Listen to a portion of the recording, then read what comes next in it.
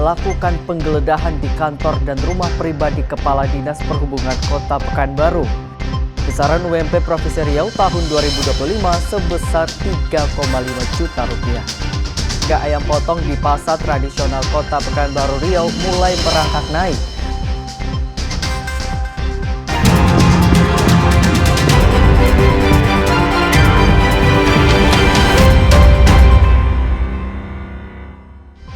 Selamat pagi saudara, Kompas TV Riau hadir untuk Anda, edisi 14 Desember 2024.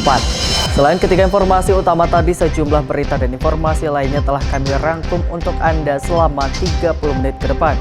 Bersama saya Muhammad Rizky, inilah Kompas Riau selengkapnya.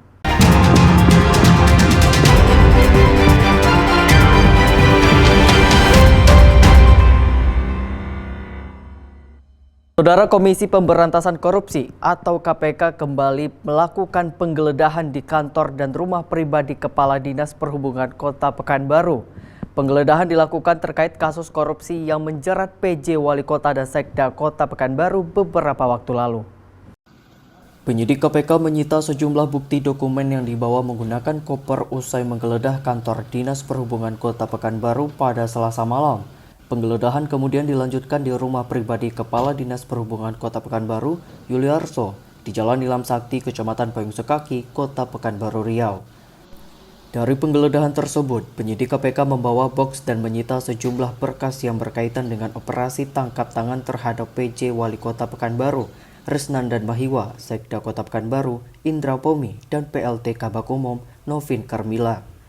KPK masih mengumpulkan bukti terkait aliran dana kasus korupsi yang menjerat pejabat pemerintah Kota Pekanbaru dengan total kerugian negara mencapai 6,8 miliar rupiah.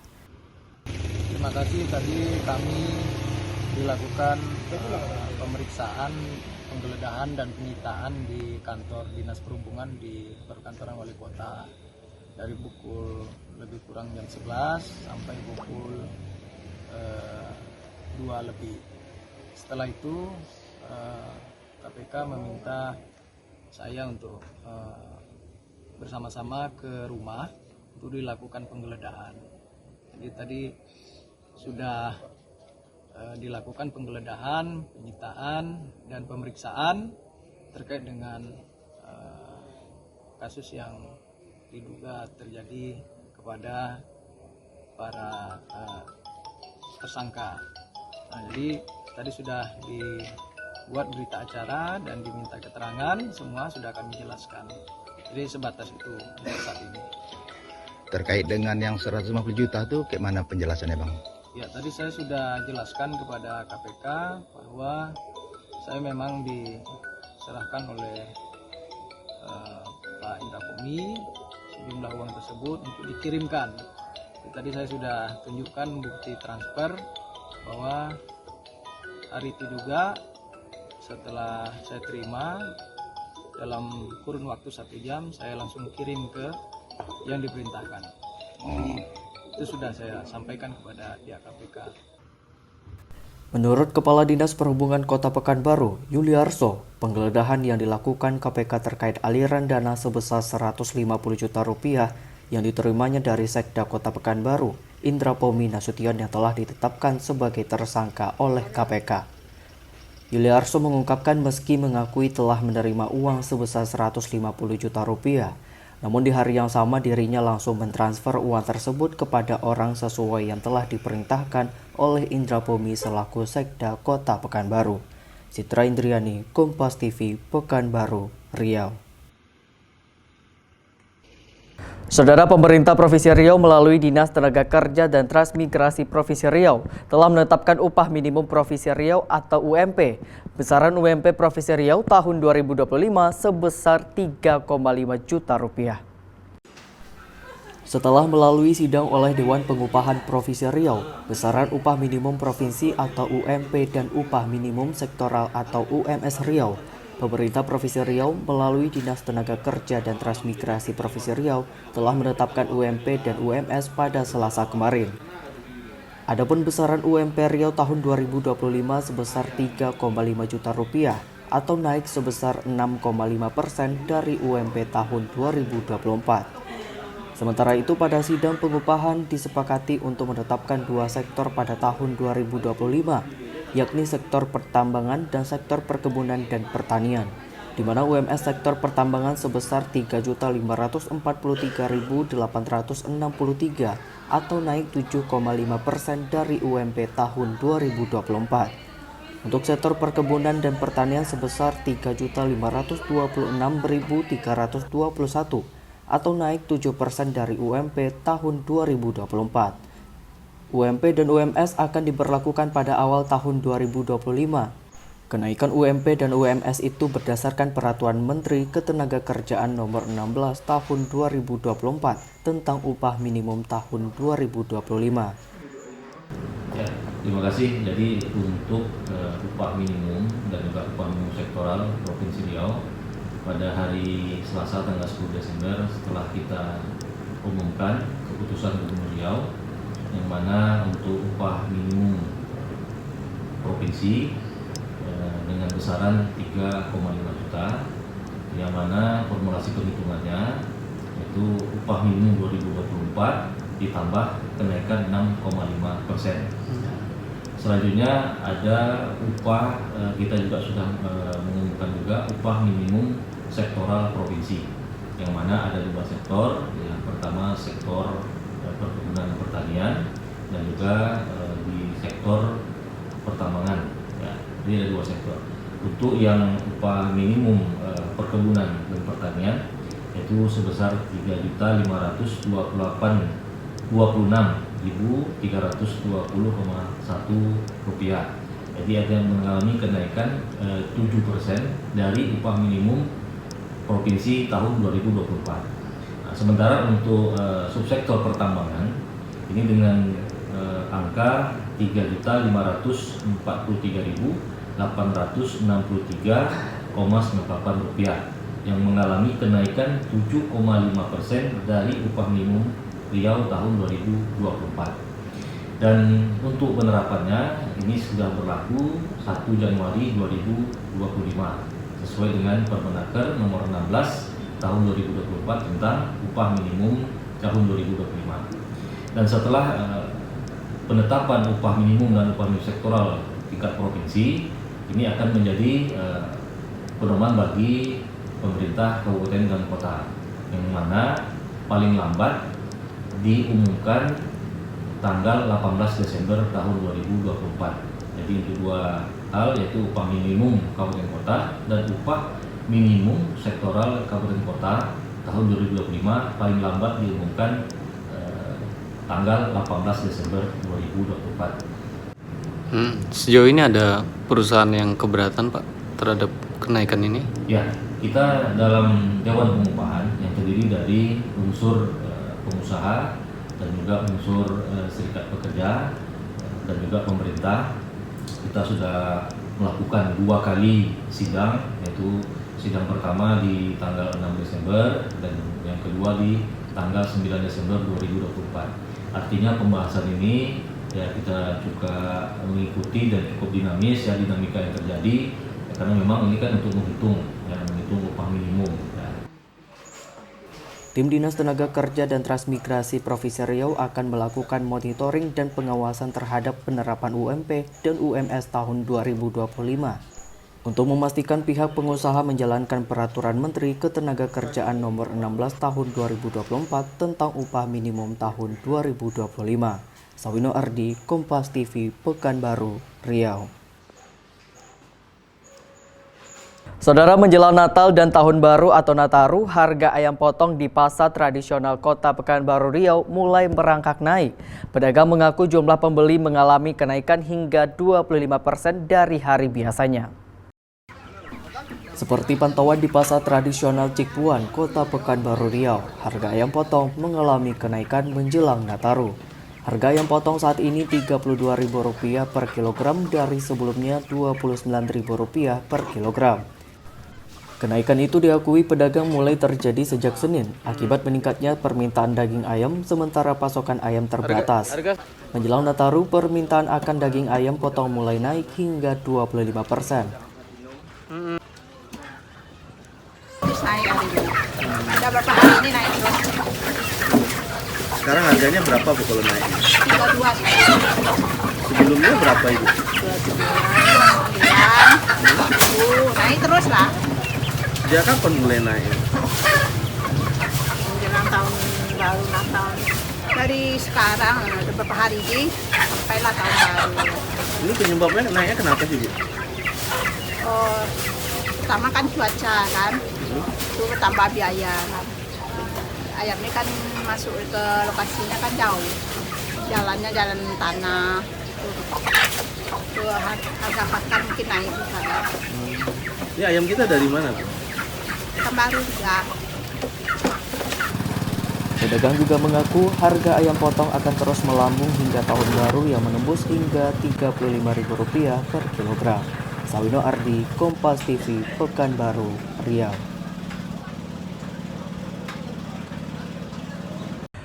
Saudara, menjelang perayaan Natal dan pergantian tahun baru, penjual parsel mulai bermunculan di kota Pekanbaru, Riau. Pedagang mengaku jumlah pemesanan diprediksi akan terjadi pada tanggal 12 hingga mendekati Natal. Seperti di Jalan Tuanku Tambusai, Kota Pekanbaru Riau, pedagang parsel mulai bermunculan. Pada pekan pertama Desember ini, para perajin mulai merangkai parsel dengan model dan bentuk hampir sama dengan tahun lalu. Di tahun ini, perajin mendominasi minuman daripada makanan untuk dirangkai menjadi parsel. Perajin juga harus selektif memilih makanan dan minuman yang dirangkai menjadi parsel untuk menghindari makanan dan minuman kadaluarsa. Perajin parsel mengaku para pemesan parsel mulai meningkat tanggal 12 hingga mendekati hari perayaan Natal. Di tahun ini, perajin berharap para pembeli meningkat dari tahun sebelumnya, di mana pada tahun 2023 jumlah parsel yang dipesan jumlahnya mencapai 300 parsel.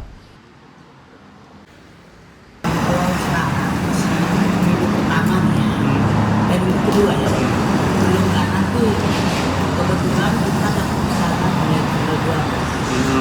Tapi memang kedua, kebetulan ketiga. Tapi biasanya memang pada tanggal Natal baru mulai sebelum.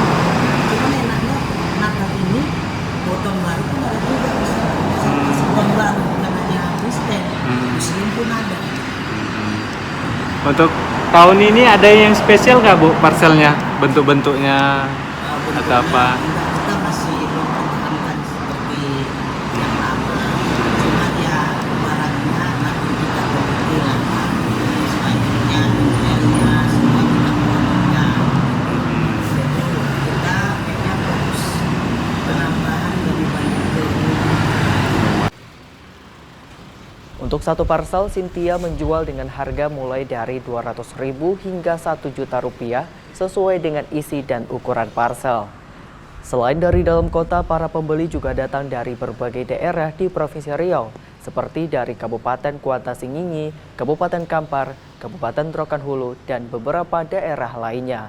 Sawino Ardi, Kompas TV, Pekanbaru, Riau. Saudara, pihak Terminal Bus Payung Sekaki Pekanbaru Riau melakukan drum check bus jelang Natal dan Tahun Baru 2025.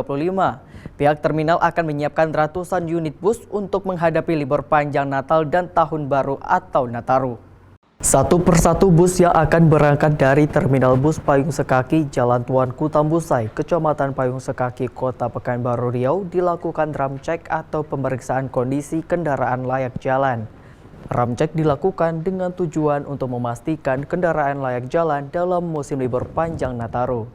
Adapun yang dilakukan pengecekan penguji akap yakni pemeriksaan lampu, pemeriksaan sistem rem, pemeriksaan kelayakan ban, serta pemeriksaan fisik armada. Usai dilakukan pemeriksaan dan pengecekan, bus yang layak beroperasi kemudian dipasang stiker sebagai tanda bus layak jalan. Kendaraan yang tidak layak uji maka kendaraan ditunda untuk beroperasi saat musim Nataru.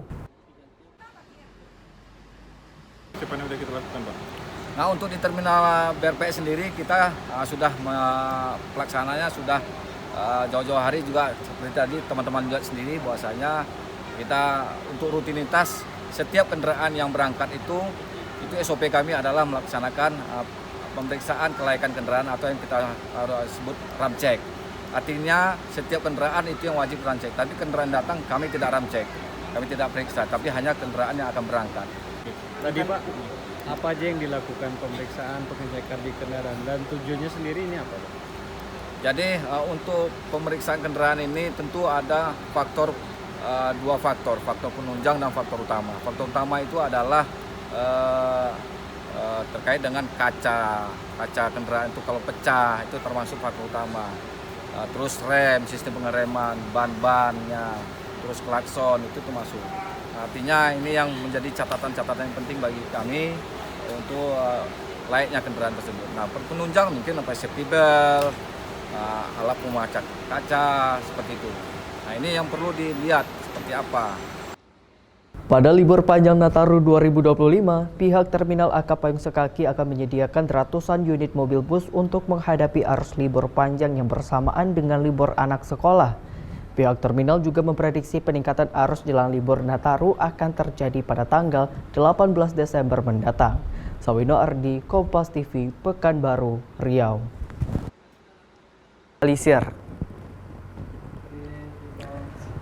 Saudara, Pemko Pekanbaru melakukan uji coba penerapan oplet listrik dalam pelayanan transportasi umum masyarakat. Hal ini sebagai upaya mengurangi dampak dari emisi karbon bagi lingkungan dan kesehatan.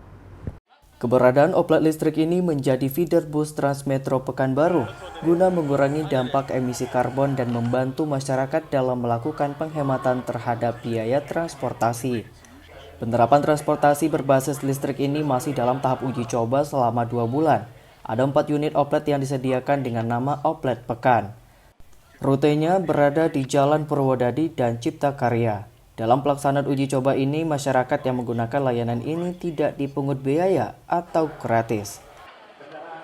Ya, ini uji coba kendaraan umum atau oplet atau bus listrik. Yang pertama positifnya adalah bagaimana kita mengurangi polusi karbon. Ya. Lalu yang kedua juga kendaraan umum kota-kota maju itu harus diperbanyak. Jadi ke depan digunakan fasilitas ini seperti yang kami sampaikan tadi lah. Jadi betul-betul bisa dimanfaatkan untuk masyarakat umum dan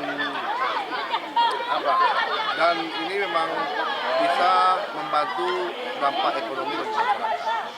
Jadi masyarakat tidak selama ini kan mikir minyak, kendaraan, kadang anak bisa kendaraan juga. Tapi dengan kendaraan umum ini hendaknya bisa membantu.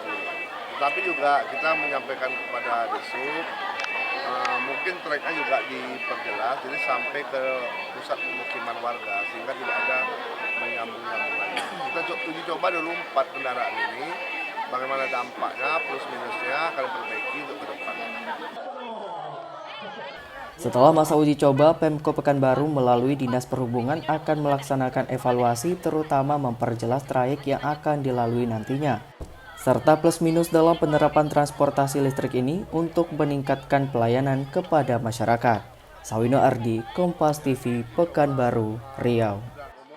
Saudara, Kejaksaan Negeri Pekanbaru menetapkan seorang pimpinan cabang Bank BUMN sebagai tersangka terkait kasus dugaan tindak pidana korupsi penyaluran kredit usaha rakyat atau KUR tahun 2011. Selain pimpinan cabang Bank BUMN itu, seorang account officer juga ditetapkan sebagai tersangka karena terlibat kasus korupsi.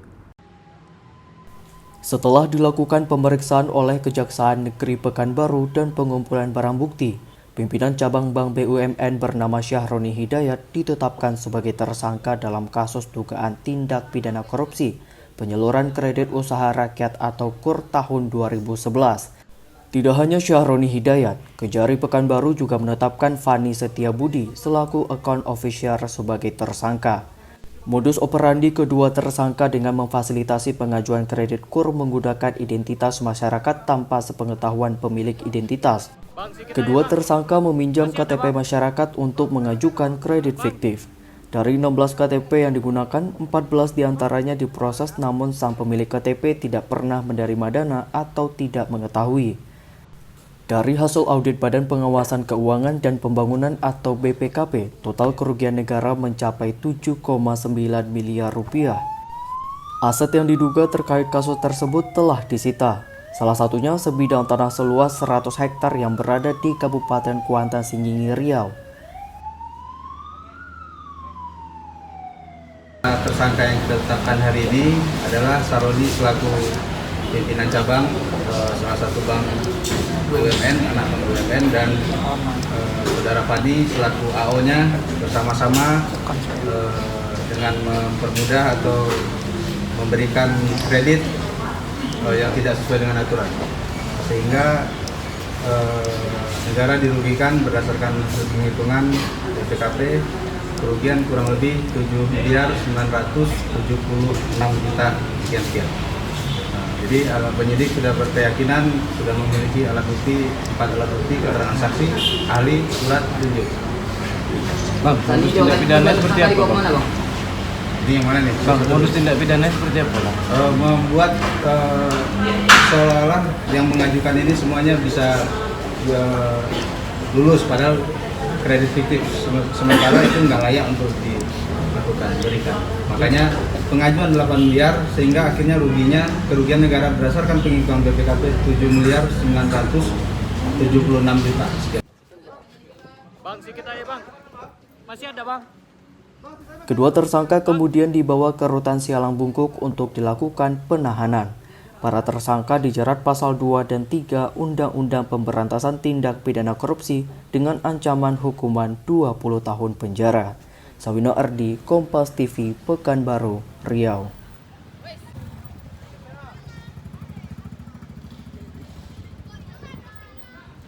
Saudara artis Hana Hanifah dipanggil sebagai saksi oleh penyidik Polda Riau karena diduga menerima aliran dana atas dugaan korupsi kasus SPPD fiktif di Sekretariat DPRD Riau periode 2020 hingga 2021. Diperiksa selama 9 jam, Hana Hanifah berupaya menghindar dari pertanyaan wartawan usai pemeriksaan. Artis cantik Hana Hanifah memenuhi panggilan tim tindak pidana korupsi di Treskrimsus Polda Riau terkait dugaan SPPD fiktif perjalanan dinas di Sekretariat DPRD Provinsi Riau periode 2020 hingga 2021. Hana Hanifah diperiksa selama 9 jam oleh penyidik di Polda Riau. Menurut Kabid Humas Polda Riau, Kombes Anem Karabianto, Hana Hanifah telah memenuhi panggilan kedua setelah sebelumnya sempat mangkir saat panggilan pertama pada akhir November 2024 lalu. Hana Hanifah diduga menerima aliran dana atas dugaan korupsi SPPD fiktif yang menjerat mantan PJ Wali Kota Pekanbaru Muflihun yang saat itu menjabat sebagai sekwan di DPRD Riau. Menurut polisi, Hana Hanifah telah menerima transferan dana beberapa kali sejak 2021 lalu dengan total mencapai ratusan juta rupiah. Namun penyidik masih terus mendalami untuk melakukan konfirmasi dalam panggilan selanjutnya. Dugaan korupsi ini masih dalam penyidikan dan akan dikembangkan terus oleh penyidik. Kabit nominalnya kan cukup besar ya, ratusan juta. Apakah ini berkaitan dengan endorse kah atau jasa dia sebagai seorang artis atau seperti apa Pak Kabit? Tidak disebutkan ya. Maksud saya kita hanya fokus pada aliran dana. Begitu ada aliran dana yang mengalir ke yang bersangkutan berarti ada dugaan hasil dari tindak pidana itu mengalir kepada yang bersangkutan. Kabarnya minimal transfer paling sedikit 40 juta Pak. Ya, sekitar ada banyak ya, ada tidak bervariasi. Tidak bervariasi antara 5, ada yang 15, ada yang... Apakah uang yang nanti dikembalikan, minta dikembalikan atau seperti apa? Ya, tadi disampaikan oleh penyidik bahwa ya kewajiban karena ini adalah barang bukti uang tersebut dari hasil tidak pidana, maka kewajiban yang bersangkutan untuk mengembalikan. Sudah ada yang dikembalikan? Sudah ada yang dikembalikan belum? Hana sudah mengembalikan atau belum? Sudah ada yang dikembalikan uangnya itu bagaimana? Sementara ini masih belum. Dia mengakui nggak Pak Kabit itu uang dari seseorang yang bekerja di sekwan itu? Ya tadi saya sampaikan kooperatif ya, artinya nanti karena akan berlanjut, ini belum finish pemeriksaannya, nanti akan kita update lagi. Di panggilan pertama itu dia kenapa tidak hadir Pak Kabit? Alasan tidak hadir? Karena sakit. Kapan? Karena Kapan sakit dan dikeluarkan dengan surat, ada surat keterangan dari. Kapan dipanggil? Waktunya kapan Pak? November 2024. Sebelumnya penyidik juga telah menyegel 4 apartemen di Citra Plaza Nagoya, Batam terkait kasus SPPD fiktif perjalanan dinas di Sekretariat Dewan DPRD Riau dan salah satu apartemen yang disegel merupakan milik Muflihun. Saat ini penyidik di Treskrimsus Polda Riau telah menaikkan kasus SPPD fiktif di DPRD Riau dari penyelidik menjadi penyidik dan sudah memeriksa sebanyak 250 saksi. Polisi juga masih menunggu total kerugian negara dari BPK atas dugaan korupsi SPPD perjalanan dinas fiktif dan 3.500 tiket pesawat fiktif di masa pandemi COVID-19 pada tahun 2021 lalu. Citra Indriani, Kompas TV, Pekanbaru, Riau. Saudara Pengadilan Negeri Pekanbaru menjatuhkan hukuman 8 tahun penjara terhadap Marissa Putri atas kasus kecelakaan yang menelan korban jiwa. Atas vonis tersebut, terdakwa Marissa Putri menerima putusan majelis hakim yang diketuai oleh Hendah Karmila Dewi. Marissa Putri terdakwa kasus kecelakaan lalu lintas yang menewaskan seorang ibu bernama Renti Maningsih menjalani sidang putusan di Pengadilan Negeri Pekanbaru pada Kamis siang. Marissa Putri didampingi tim kuasa hukumnya. Dalam amar putusan, majelis hakim yang diketuai oleh Hendah Karmila Dewi memutuskan bahwa terdakwa Marissa Putri secara sah melakukan tindak pidana dengan melanggar pasal 331 ayat 5 dan pasal 310 ayat 1 Undang-Undang RI nomor 23 tahun 2009 tentang lalu lintas dan angkutan jalan.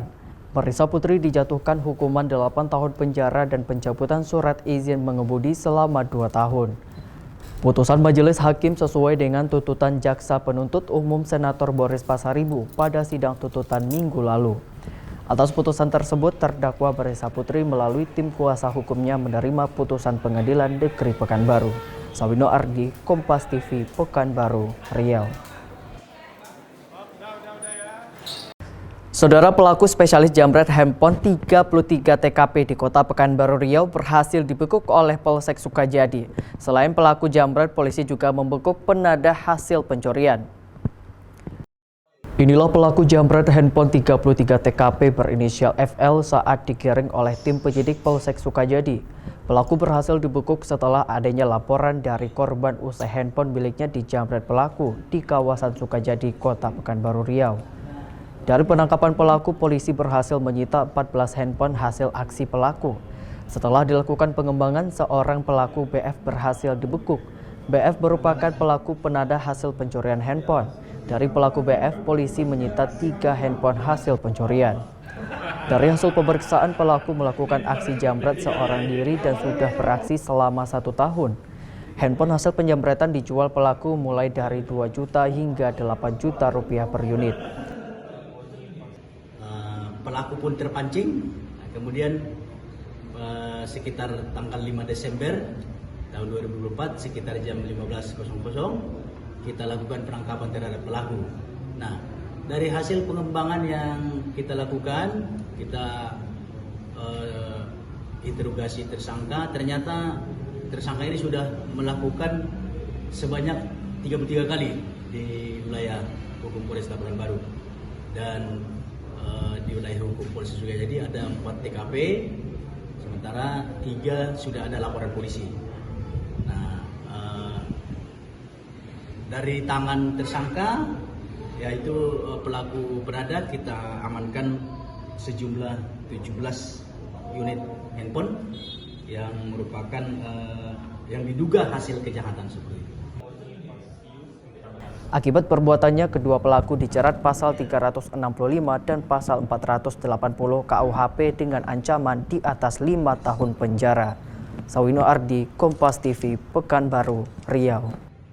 Saudara, seorang wanita cantik di kawasan Pangeran Hidayat, Kota Pekanbaru Riau dibekuk oleh polisi karena menjadi gudang penyimpanan narkoba. Dari tangan pelaku, petugas menyita sejumlah paket pil ekstasi dan sabu siap edar. Penangkapan seorang wanita ini berdasarkan informasi dari masyarakat di mana terduga pelaku berperan sebagai gudang penyimpanan narkoba di kawasan Jalan Pangeran Hidayat, Kota Pekanbaru. Kegiatan yang dilakukan pelaku dalam beberapa bulan terakhir dengan motif untuk biaya kehidupan sehari-hari. Dari penggeledahan rumah pelaku, petugas menyita paket narkoba jenis pil ekstasi dan sabu siap edar. Selain itu, Satres Narkoba Polresta Pekanbaru menyita uang tunai sekitar 23 juta rupiah yang diduga hasil penjualan barang haram tersebut. Menurut Kanit Penyidik Satres Narkoba Polresta Pekanbaru, Ibtu Untari, pelaku berinisial Ipit mendapat upah dari bandar untuk menyimpan narkoba. Dari keterangan pelaku, bandar narkotika bernama Ibal yang saat ini tengah dikejar polisi dan sudah ditetapkan sebagai daftar pencarian orang atau DPO. Kasus oleh Satres Narkoba Polresta Pekanbaru pada hari Kamis tanggal 21 November 2024 sekira pukul 01.00 waktu Indonesia Barat, tim opsional Satres Narkoba Polresta Pekanbaru mendapatkan informasi dari masyarakat bahwa di Jalan Pangeran Hidayat Gang Abadi di Kecamatan Pekanbaru Kota akan terjadi transaksi narkotika jenis sabu yang dilakukan oleh seorang perempuan. Selanjutnya tim opsional menuju ke arah lokasi yang diinfokan dan kami mengamankan satu orang perempuan berinisial Ipit.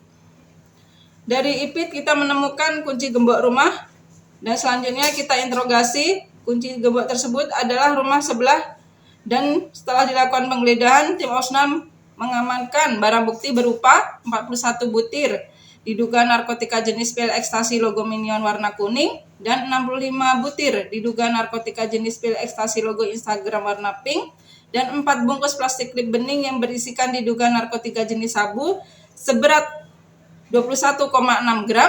Selanjutnya pelaku dan barang bukti kita bawa ke Polresta Pekanbaru untuk proses lebih lanjut. Terhadap Ipit kita sangkakan pasal 114 ayat 2 dan atau 112 ayat 2 dengan ancaman hukuman minimal 6 tahun penjara. Dalam penggeledahan itu ada ditemukan uang tunai juga, Bu? Ada uang tunai sebesar Rp23.400.000 yang diduga hasil penjualan narkotika. Perannya ini apa, Bu? Perannya dia diminta DPO untuk menyimpan. Terhadap pelaku, polisi menjerat dengan pasal 114 ayat 2 Undang-Undang Nomor 35 Tahun 2009 tentang narkotika dengan ancaman 6 tahun penjara. Sawino Ardi, Kompas TV, Pekanbaru, Riau.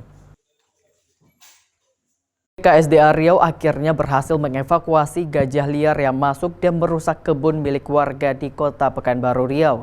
Saat melakukan evakuasi, tim menggunakan 2 gajah jinak. Inilah tim BBKSDA Riau saat berupaya mengevakuasi gajah liar yang mendekati pemukiman warga di Kecamatan Tenayan Raya, Kota Pekanbaru, Riau. Setelah menemukan keberadaan gajah liar, tim melakukan penembakan bius. Tim kemudian melakukan evakuasi dengan cara menggiring gajah liar berjenis kelamin jantan usia sekitar 10 tahun dengan melibatkan 2 ekor gajah jinak. Gajah kemudian diangkut menggunakan mobil truk dan dibawa ke pusat pelatihan Gajah Minas, Kabupaten Siak, Riau untuk menjalani pemeriksaan. Gajah tersebut nantinya akan dilepas liarkan kembali ke habitatnya di kantong gajah Petapahan. Gajah tersebut nantinya akan dilepas liarkan kembali ke habitatnya di kantong gajah Petapahan. Diketahui gajah liar jantan terpisah dari kawanannya saat menjelajah di Kecamatan Minas hingga mendekati pemukiman penduduk di Kota Pekanbaru. Gajah sempat merusak kebun milik warga di Kecamatan Tenayan Raya. Sawino Ardi, Kompas TV, Pekanbaru, Riau. Dan saudara, informasi tadi sekaligus mengakhiri perjumpaan kita dalam Kompas TV Riau edisi hari ini. Kita akan segera bergabung dengan Kompas TV Jakarta untuk mengikuti berbagai informasi dan berita menarik lainnya. Saya Muhammad Rizky mewakili tim redaksi Kompas TV mengucapkan terima kasih atas kebersamaan Anda. Kompas TV, independen dan terpercaya.